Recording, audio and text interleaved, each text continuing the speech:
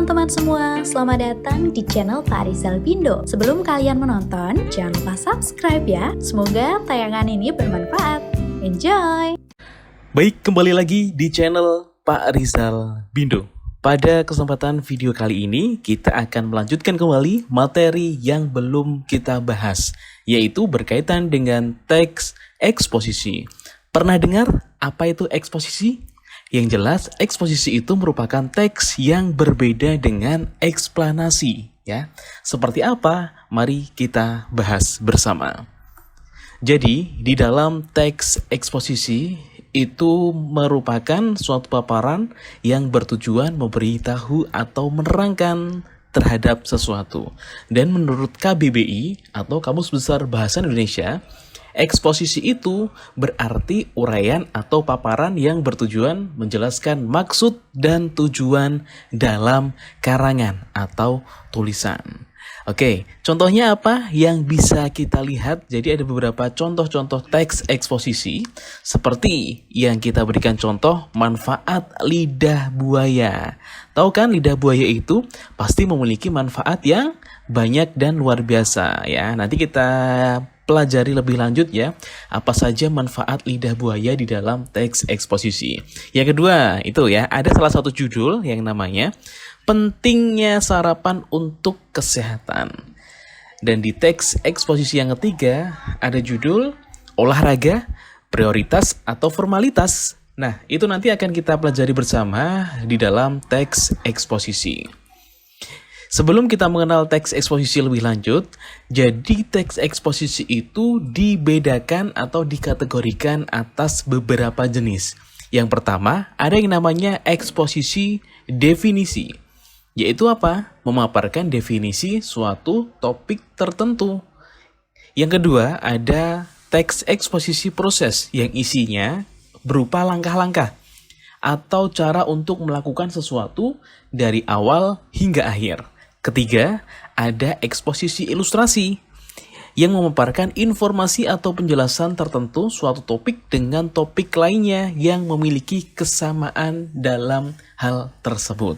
Keempat, ada eksposisi laporan yang mengemukakan laporan dari sebuah berita atau penelitian tertentu. Lanjut ya, ini yang kelima ada eksposisi perbandingan. Yang namanya perbandingan berarti apa? Membandingkan satu hal dengan hal yang lainnya. Yang keenam, pertentangan, isinya yaitu suatu pertentangan akan suatu hal dengan hal yang lainnya. Ini hampir sama ya dengan perbandingan ya. Kalau perbandingan itu membandingkan, tapi kalau pertentangan berarti menentangkan antara hal yang satu atau topik yang satu dengan topik yang lainnya. Yang ketujuh, ada berita yang isinya memberikan suatu informasi atau kejadian. Serta yang terakhir adalah teks eksposisi analisis yang berfungsi untuk memberikan informasi terhadap suatu gagasan yang berupa apa? Subbagian kemudian dilakukan suatu pengembangan secara berurutan. Nah, itu kita sudah mengenal jenis-jenis dari teks eksposisi. Tentunya bagi teman-teman yang ingin mengetahui materi lebih lanjut atau materi lainnya yang berkaitan dengan bahasa Indonesia, bisa subscribe channel Pak Rizal Bindo. Selanjutnya, pasti di setiap teks itu memiliki struktur ya. Jadi di dalam teks eksposisi terdiri dari 3 struktur. Struktur yang pertama namanya tesis. Yang kedua, argumentasi. Serta yang ketiga yaitu penegasan ulang. Seperti apa struktur tersebut? Mari kita aplikasikan pada bacaan berikut ini. Nah, ini adalah berupa penjelasan ya. Jadi tesis itu berupa pengenalan isu atau masalah apa yang akan diangkat oleh seorang penulis, yang di dalamnya juga terdapat pandangan penulis secara umum tentang topik yang akan dibahas.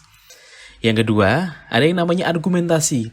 Argumen atau nama lainnya adalah pendapat ya, berupa penjelasan dari tesis atau penjelasan lanjutan yang dijelaskan berupa fakta-fakta untuk memperkuat argumen-argumen penulis ya. Jadi ada sebuah fakta yang kemudian dijelaskan lebih lanjut oleh argumen atau pendapat dari seorang penulis.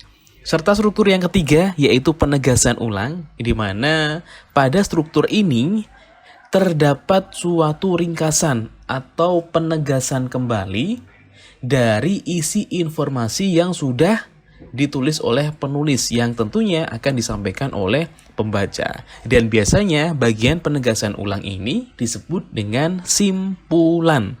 Ya, jadi ada 3 ya. Pertama tesis, kedua argumentasi, serta yang ketiga adalah penegasan ulang.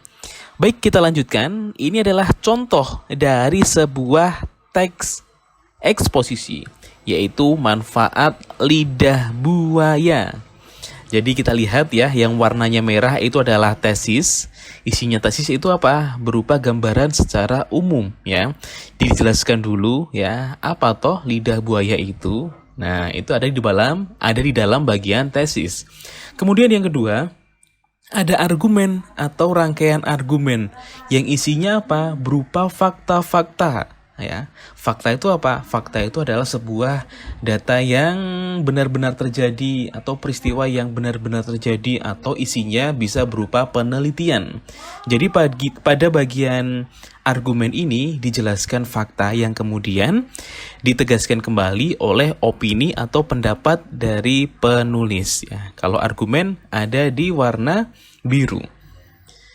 Nah, ini juga masih masuk ke dalam bagian argumen. Jadi dijelaskan ada bagian-bagian dari lidah buaya ya. Fungsinya untuk apa saja atau manfaatnya apa saja. Tadi sudah dijelaskan.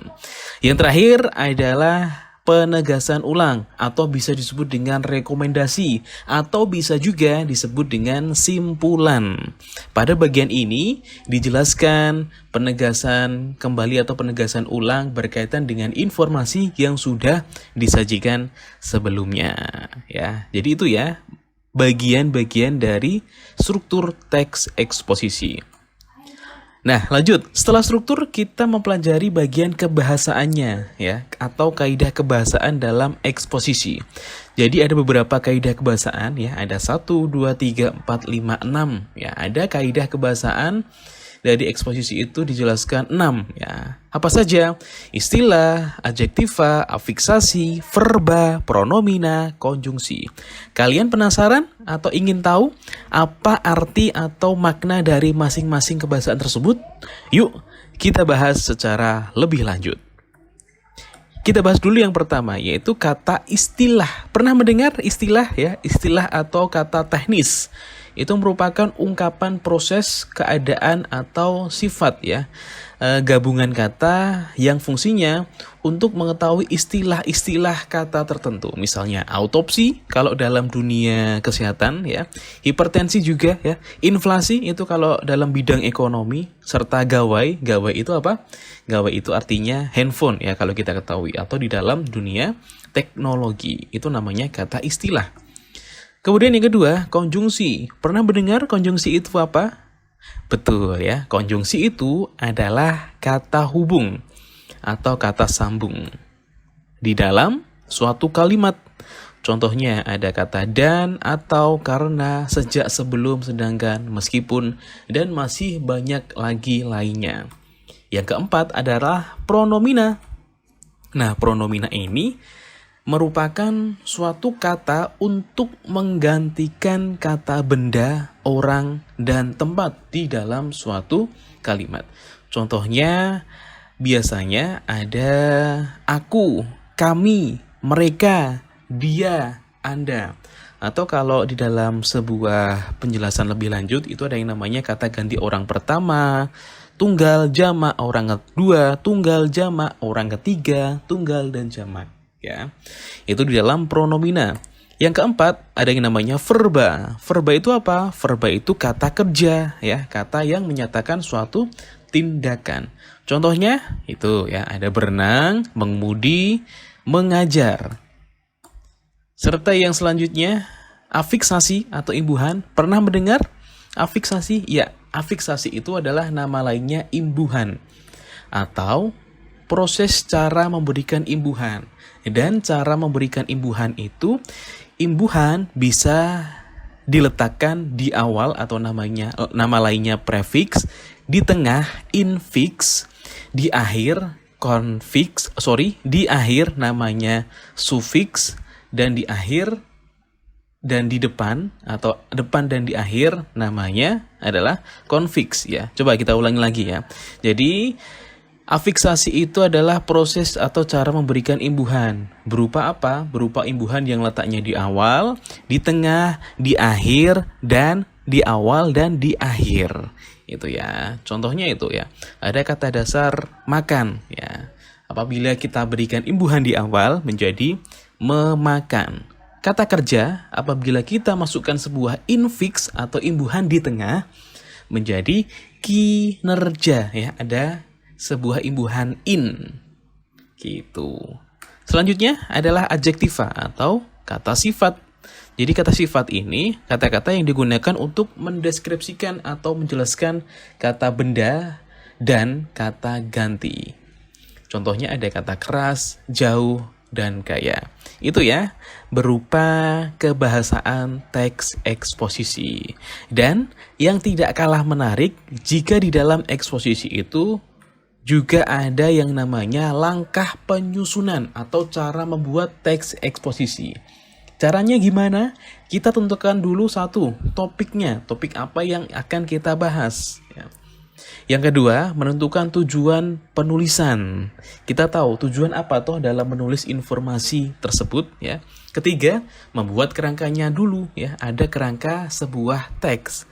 Serta yang keempat, kita kembangkan berupa gagasan pokok ya, yang dilanjutkan gagasan penjelas. Tahu kan bedanya gagasan pokok ya?